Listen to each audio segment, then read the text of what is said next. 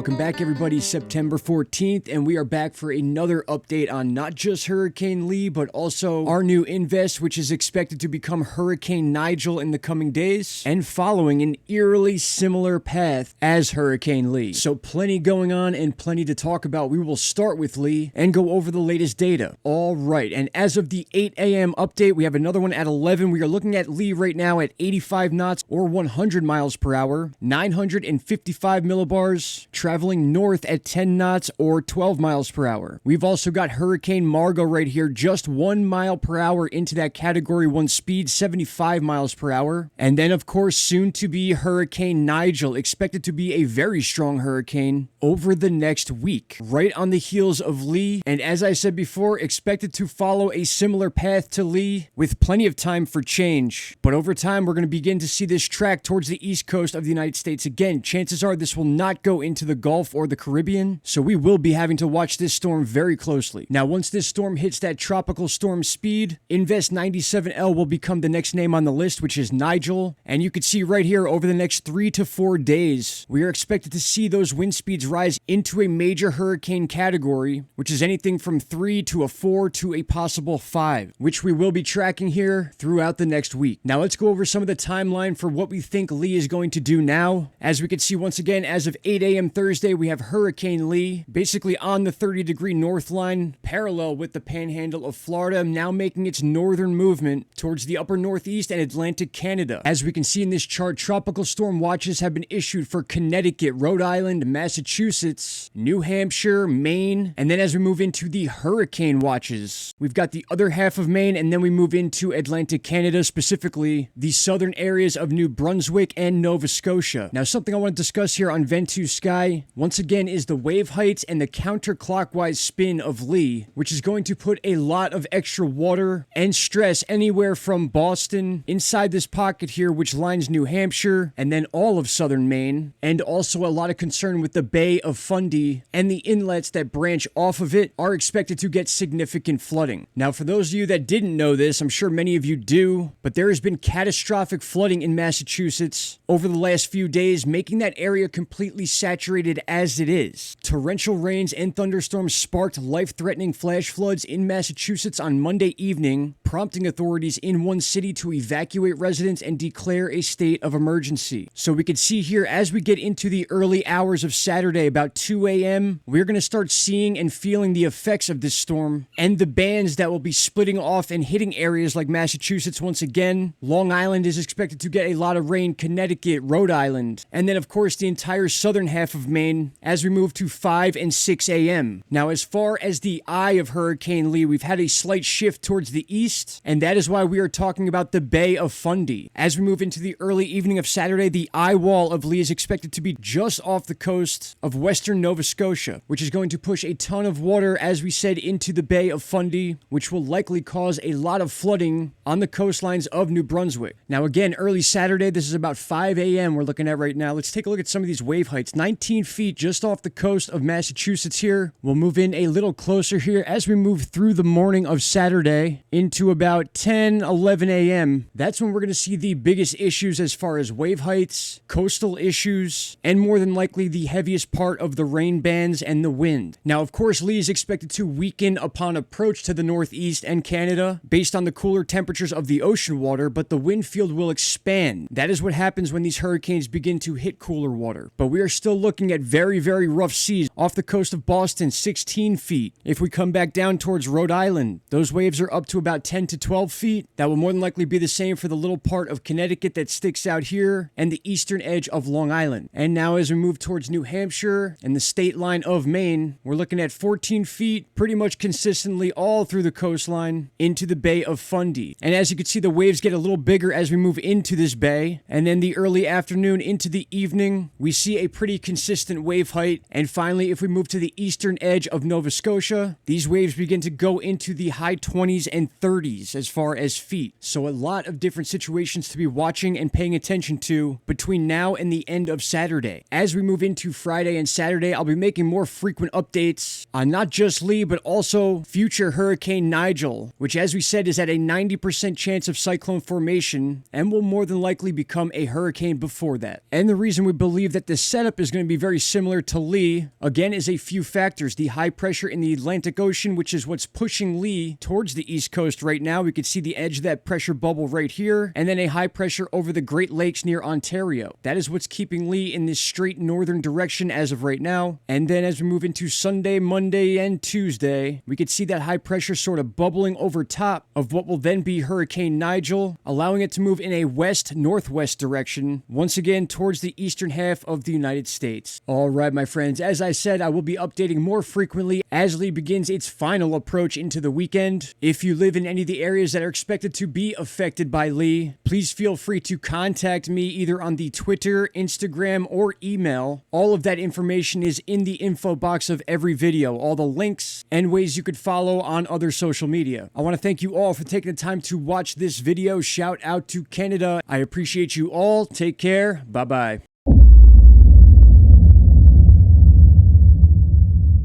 Stop right there, my friends. If you have not already, click that subscribe button and don't forget to hit the bell icon. Click all and you will get all notifications from this channel. And trust me, you won't be disappointed.